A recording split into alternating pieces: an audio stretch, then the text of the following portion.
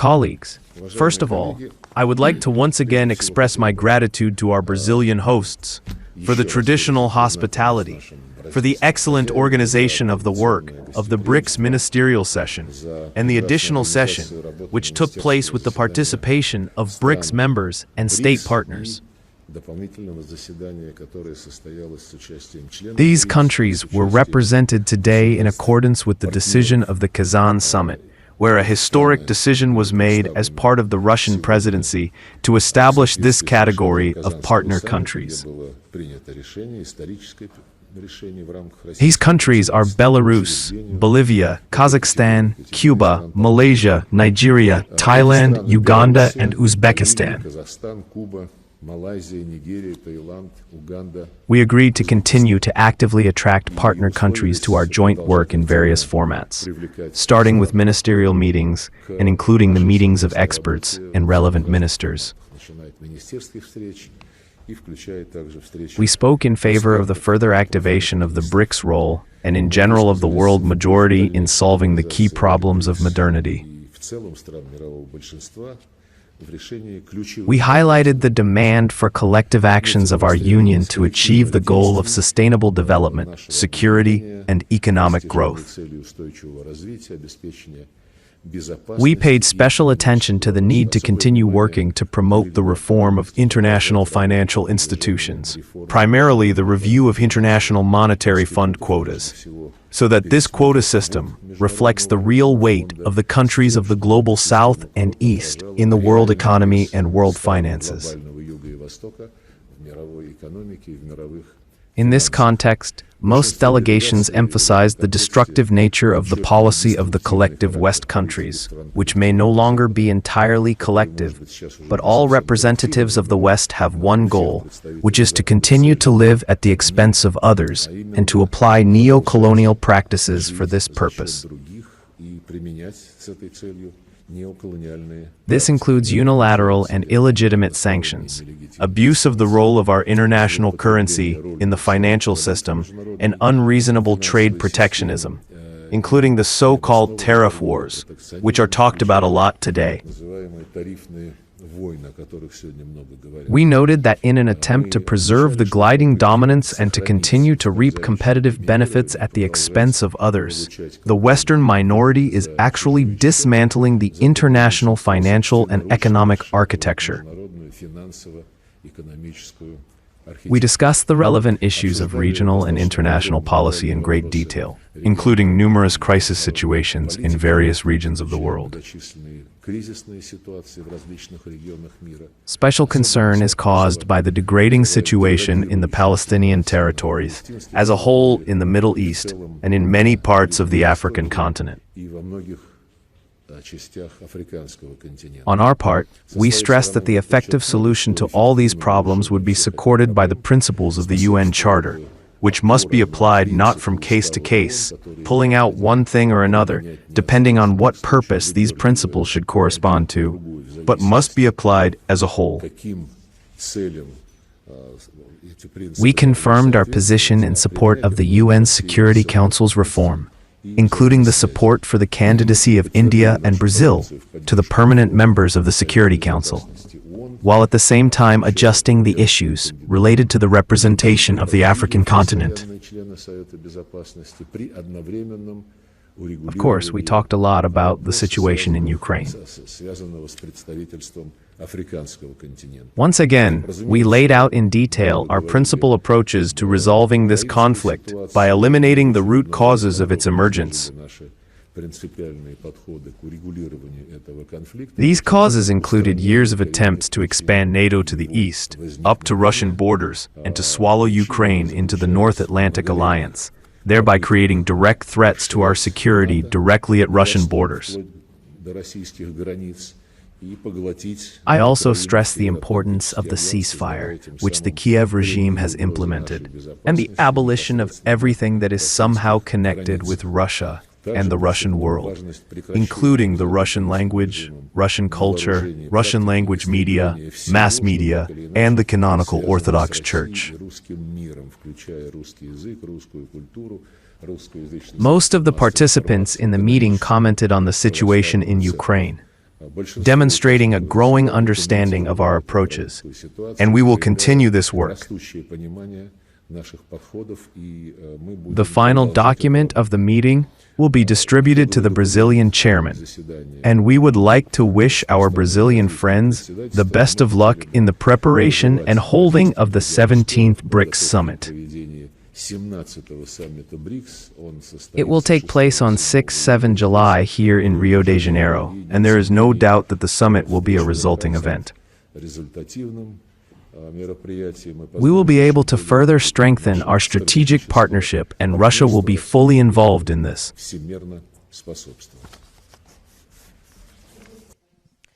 Mr. President, do the BRICS countries have a common position on the trade war launched by Donald Trump? We do not name any names in the final document.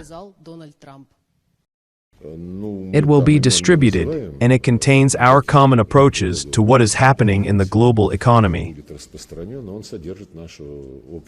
First of all, the final document contains our general conclusion on the negative consequences of the fragmentation of the global economy, the concern about the weakening of multilateralism, the violation of the rules of justice and inclusiveness, which should be at the heart of the trade system. At the heart of this system should be the World Trade Organization, which of course must be adapted to the current reality, and separately, the concern about unilateral protectionist measures, unilateral sanctions, including secondary sanctions, as well as the violation of the principles of the World Trade Organization. It should also be noted that it is unacceptable to block decisions on the reforms of the World Trade Organization, and, first of all, to block the work of the bodies on the settlement of disputes. So, in general, I believe that the position coincides with that of our colleagues, members, and state partners. It will be based on the preparation of the relevant documents for the summit, which, as I said, will take place on July 6 to 7 in Rio de Janeiro. Good afternoon. Thank you, Mr. President. Ivan Prozorov, First Channel. Do the BRICS participants monitor the course of negotiations between Russia and the United States? And what assessment and influence can there be on the BRICS? Thank you. Of course, it is important for everyone to understand how relations between Moscow and Washington are developing. This was evident in many speeches and in numerous bilateral contacts that I had at the ministerial sessions. We inform our partners on a regular basis, practically after each contact between representatives of Russia and the United States, through our ambassadors in the Russian capital. We make appropriate assessments. We do not need to formulate or keep any secrets. We're in favor of an honest and equal dialogue aimed at forming a balance of interests. The United States sends us similar signals. As you know, the work is underway in various directions, and it continues literally when we communicate with you. It seems to me that almost everyone sees the positive side of what is happening. They hope that the advances that are being made in terms of the prospects of the Russian-American dialogue will be justified. I think that in the near future, we will see a concrete confirmation that Moscow and Washington share a common interest. We will see in the near future how much we will be able to find a concrete breakthrough of this common interest in practical matters. We will continue to build our relations with the United States transparently and, of course, without harming our traditional strong ties with our strategic partners and like-mindedness. Hello, Sergey Viktorovich, Andrei Vlinkin, Sputnik, Brazil. At last year's BRICS summit in Kazan under the Russian presidency, the creation of the BRICS payment system was announced for the calculation of national currencies in trade between members of the Union. Brazil, which took over the BRICS baton from Russia this year, despite Trump's threats of introducing draconian tariffs in the event of a BRICS refusal from the dollar, nevertheless declared full support for this Russian initiative. How is this dialogue progressing, and how else can BRICS respond to the West's attempts to use world reserve currencies as weapons? The dialogue is progressing gradually. Not so long ago, the finance ministers, the heads of the central banks of BRICS countries, who, in accordance with the instructions of the Kazan summit, considered the task of forming independent payment systems, were met. In our current final document, it is noted the need to continue this work. It was necessary to actively use national currencies in mutual trade. As part of the trade between members of BRICS, national currencies account for more than 65%. The share of the dollar has fallen to 1/3. The task of forming payment instruments, payment platforms, including the study of issues such as the creation of a trans-border payment system, the electronic system of interdeposit interaction, which is called BRICS Clear, and in general, the formation of a single mechanism for the exchange of trade and economic information. In addition, we are continuing to work on considering the possibility of creating an insurance and reinsurance system, new platforms for grain trade, and the possibility of expanding this experience to other raw materials. All this is recorded in the final document. I think this line is long-term and principled, given the trends that are preserved in the world economy due to the unilateral actions of our Western colleagues. This is one of the key directions. The program Vesti, Anna Semyonova. Mr. President, is it possible for BRICS to create a new international judicial body, which could become an alternative to the Ministry of Foreign Affairs, which has obviously discredited itself? This topic has not been mentioned in the final document. In fact, BRICS should not create its own judicial bodies. We want international judicial processes to rely on a strong consensus of all participating states. In this respect, the Ministry of Foreign Affairs, as you rightly said, has completely discredited itself. This structure is being manipulated by Western countries. Some states that openly violate international humanitarian law are being pushed out of the picture, while in the case of some other countries, without any support for concrete facts, measures are being taken to punish them, including so-called arrest warrants. However, the Russian Federation, as we have already mentioned, regardless of BRICS, is promoting an initiative through the United Nations, which aims to ensure that as many states as possible sign up to the depoliticization of international justice, criminal justice, and that there are no more such precedents when the decision on the most important issues concerning the state's immunity, which are prescribed and enshrined in international law, remains to be paid for by such an openly engaged structure as the International Court of Justice. This is a long-term project. At one time, African countries collectively spoke up to get out of this mechanism, and they are still in the same mood. Mr. President, international experts have read that in the past 24 years, the military spending around the world has increased by 10% sharply, and they have been calling it the worst result since the Cold War. Is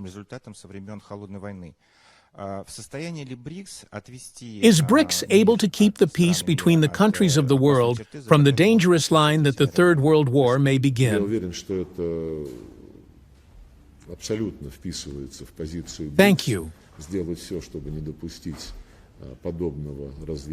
I am sure that this is absolutely in line with BRICS' position to do everything to prevent such developments from taking place. But in order for this to become a reality, BRICS alone is not enough. The understanding that the Third World War is unacceptable is manifested in many other countries that are not included in BRICS, including in the statements of the U.S. leadership. In particular, Vice President Vance recently spoke about this, warning all those who narrow the Ukrainian regime to continue the war, who are trying to draw Europeans into this conflict by placing some peacekeeping, stabilization, and other contingents in Ukraine. So it seems to me that it is very important to consolidate the nuclear five countries in the positions that were reflected in the statements of the leaders, permanent members of the UN Security Council, on our initiative. This statement was made in January 2022. And it is based on a long-standing agreement between the Soviet Union and the United States of America, when a joint statement stated the following, namely that the nuclear war cannot be won, so everything must be done to ensure that it is never unleashed.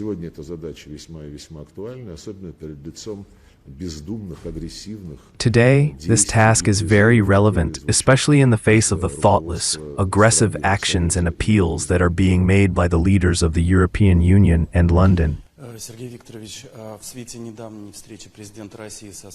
Mr. President, in light of the recent meeting of the Russian president with Trump, how do you assess the common trends of international relations between Russia and its partners in the Kremlin? Many consider such meetings to be a signal, and maybe some new prospects are opening up for Russia amid this contact. You know, I have already said that under all other circumstances, dialogue is always preferable. I am a little surprised by how some countries react to the processes that are taking place in Russian-American relations.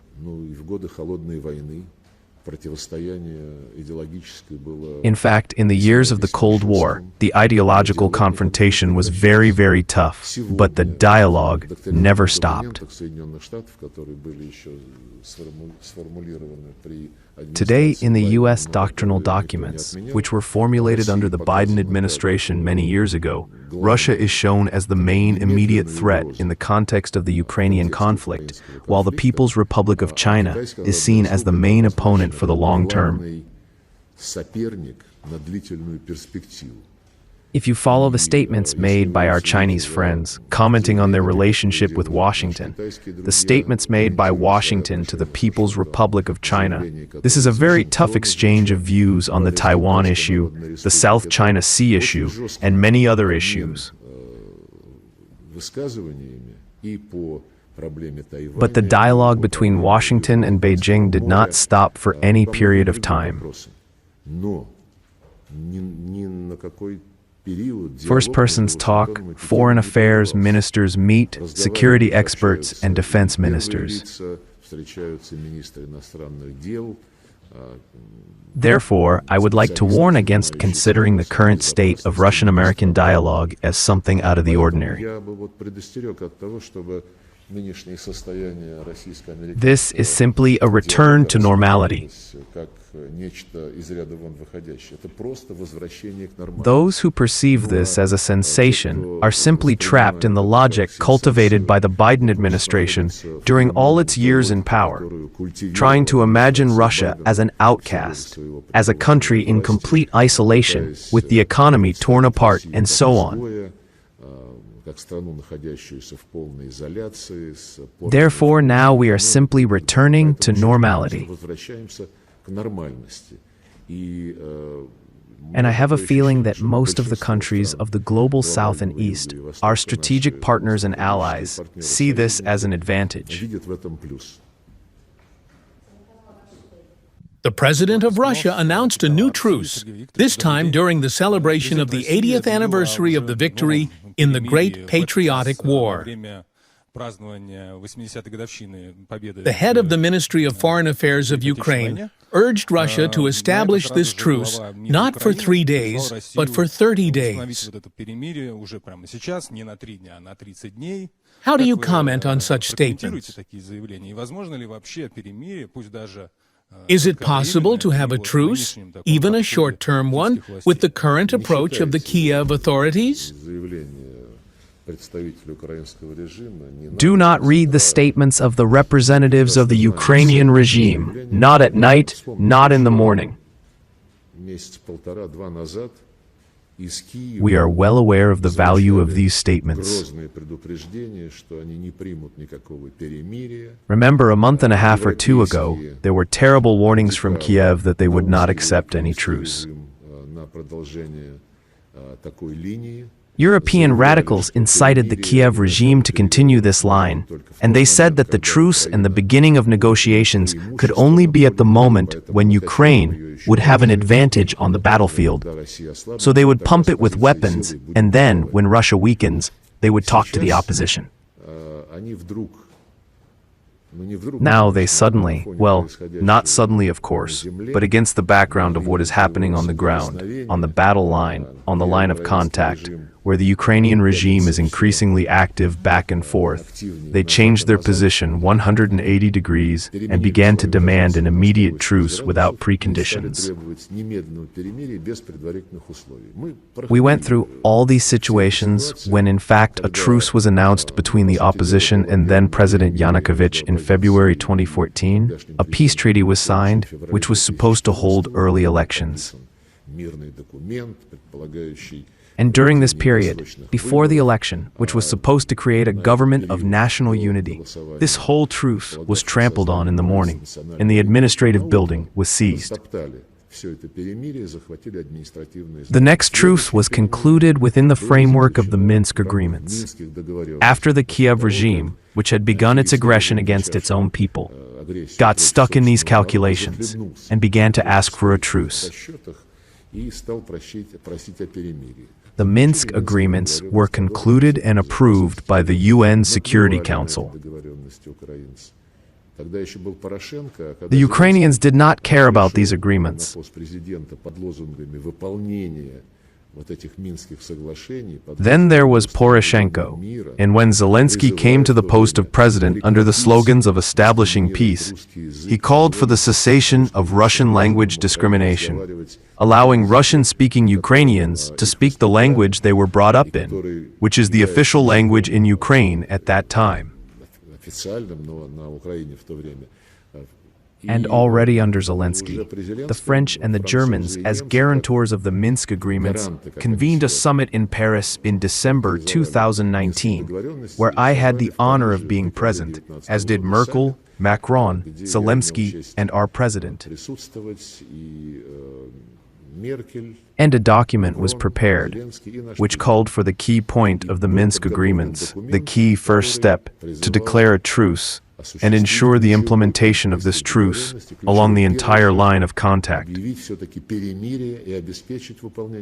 When the document prepared by the ministers was put on the table by the leaders, Zelensky said that he categorically did not want to sign it because it was impossible. He did not want to cease hostilities because then Russia would remain in some kind of a win. And he said that he was ready to declare a truce in the order of an experiment on 3 sections of the line of contact. Well, the French, the Germans, and we were surprised, but President Putin said, well, let's do something. It was approved, the document was issued, which called for such a truce on 3 sections. It also contained confirmation of the need to ensure the autonomous status of the Donetsk and Lugansk People's Republics. But despite such an agreement, nothing was done on the part of Ukraine, not on any of these 3 sections. The armed forces of Ukraine did not allow any truce. Well, of course, the truce that was announced in connection with the agreement in Istanbul in April 2022, the agreement on the settlement of the entire situation, starting with the cessation of hostilities, which the Ukrainians and Westerners specifically asked us to do. Make a gesture of goodwill, let's stop the hostilities. And if you withdraw your forces from Kyiv, then this will be a very important positive signal. It was done, as you know. And everyone knows how it ended. It was said right away, well, good, the Russians have withdrawn. Then there was a provocation in Buk, which the West still has in its conscience. And our constant calls to at least publish a list of people whose bodies were shown are left unanswered. Therefore, yes, and of course, if we talk about the latest examples of truce, the truce announced by President Putin on the occasion of Easter did not comply with the Kyiv regime in any way. A huge number of violations were recorded there. The truce proposed by President Trump in the form of a moratorium on strikes on energy infrastructure objects, which was fully complied with by the Russian side for 30 days, did not affect the aggressive actions of the Kyiv regime in any way. There were, in my opinion, a couple of hundred violations that were only recorded by our representatives. We sent these lists of violations to the UN, and I sent them to Marco Rubio. Therefore, we know the price of these calls for a truce. And again, the leaders of the European Union, such as Elizaveta Kaikalova and other representatives, now say that Russia must unconditionally agree to a ceasefire, only because they suffer defeat on the battlefield, and their plans to inflict a strategic defeat on us, the Russian Federation, will never come true. Everyone already understands this perfectly well. Therefore, our proposal, which President Putin voiced, is the beginning of direct negotiations without preconditions. In this situation, a truce is seen as a precondition that will be used to further support the Kyiv regime and strengthen its military capabilities. Do you remember when President Lukashenko visited Moscow not so long ago? At a press conference, we asked about the attitude of the President of Russia to the idea that had just been voiced by American colleagues about a 30-day truce. Putin supported this idea, but said that it should be formulated in such a way that it does not fail, like all previous attempts of this kind. He explained that in order for this truce to work and achieve its goal, it is necessary to ensure a clear, everyday, objective, transparent monitoring of who and how behaves, because the abilities of the Ukrainian regime to organize provocations are well known, and there is no doubt that these provocations would continue regardless of how this truce would be organized. We do not see the possibility of fair monitoring for fair compliance with this truce. In this particular case, of course, when another terrorist attack was organized against the Russian general, it was a vile, cowardly act. When the West is silent on this issue, by the way, the Ukrainian representatives, including the leaders of the parliamentary committees, say that this is the right way to act, that it is necessary to destroy the enemy, and the enemy will continue to be destroyed regardless of whether there is a truce or not. So here we will no longer fall for this trick, and the president made it very clear.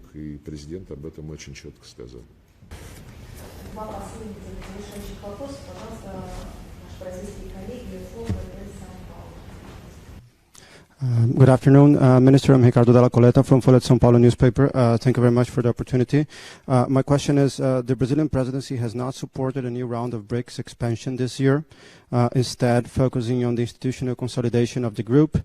I'd like to know from Russia's perspective, when might BRICS be ready to resume a new round of expansion, if it should happen as soon as possible, or if the difficulty seen in this meeting, for example, on finding common language on the UN Security Council reform, suggests that these disagreements should be addressed before a new round of expansion happens. And on this topic, I would like to know from the Russian perspective, how should the process of associate members like Cuba could pass from associate members to full members? How should be this process in the Russian vision? Thank you very much. It is not true that Brazil is not supporting a new round of BRICS expansion. The truth is that last year, when we met in Kazan and welcomed the new full members, when BRICS doubled its membership, it was decided to take a little pause in further expansion so that we can accommodate the work in the new composition of BRICS, almost doubled the number of countries, so that the group can smoothly get into the new situation with increased membership. And this was the common opinion. The aspirations of many countries were taken into account when the category of partner countries was established, and it is understood that the partner countries would be priority candidates for full membership. I have no doubt that the expansion process would resume very soon.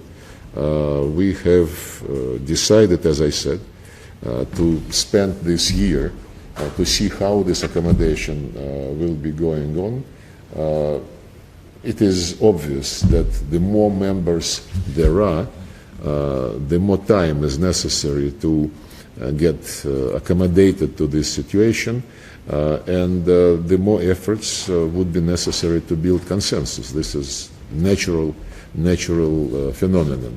As regards the Security Council reform, we have been asserting our commitment to the progress on this issue for many years, practically at every summit by BRICS, at every ministerial meeting, we have been including this language, and we discussed this situation this year as well. Russia, as I said, consistently supports Brazil and India as strong candidates for the permanent membership of the Security Council in the context of its expansion, provided that at the same time African aspirations are also satisfied. As I said, the Security Council requires more members from the global South and global East. We cannot support any expansion of the number of the Western states in the Security Council. There are already 6 out of 15. And besides, none of the aspirants like Germany or Japan can bring any added value to the discussions in the Security Council. They stick to the common position of the collective West. As to the issue of reflecting the position by the BRICS membership on the issue of the Security Council, we are flexible. We believe that the main thing is to confirm the need to meet aspirations of the developing countries. And this could be done in various ways, and the formulation of the declarations by the ministerial meetings and by the summits, all these formulas are available, and we confirmed yesterday and today that we are ready to use any of this formula and any of the new language which might be proposed. Of course, we need consensus for this issue, but the main thing is that the reform of the Security Council would be resolved not by language contained in any declaration of any organization except the United Nations, where an eventual vote would take place. It is there that this issue would be resolved. Hello. Hello, I'm Luciane Carneiro from newspaper Valor Econômico. Thank you for being here. I'd like to ask you, how do you see the BRICS as an alternative or opposition platform towards the United States? And would you support this view? And I'd like to know as well if it's any thing related to this topic will be in the declaration for today's meeting, in how important is BRICS towers in this context of the new U.S. tariffs? Well, I already commented upon the negative effect of the U.S. tariffs on the world trade and world economy. It works in the direction of fragmenting the global economic system, and there is language in the final declaration, the final document, describing the negative effects of the tariff war, of protectionist measures of other kind, of unilateral sanctions, including secondary sanctions, undermining the activities of the universal institutions, be it IMF, be it WTO, be it the World Bank. It should not be presented as an opposition, political opposition to anybody, be it the United States or the European Union. It is the negotiating position which BRICS would promote in relevant international fora, first of all in the United Nations, in the Bretton Woods institutions, and of course in G20, where BRICS plus partners are working together with G7 and the partners of G7. It's a very important forum, and representing, I think, more than 90% of the world economy. So this is negotiating position, and countries of the West know about this, and they cannot avoid specific, concrete dialogue aimed at reaching mutually acceptable conclusions. It's only, we are fighting for a balance of interests, not for defeating anybody in the Western camp.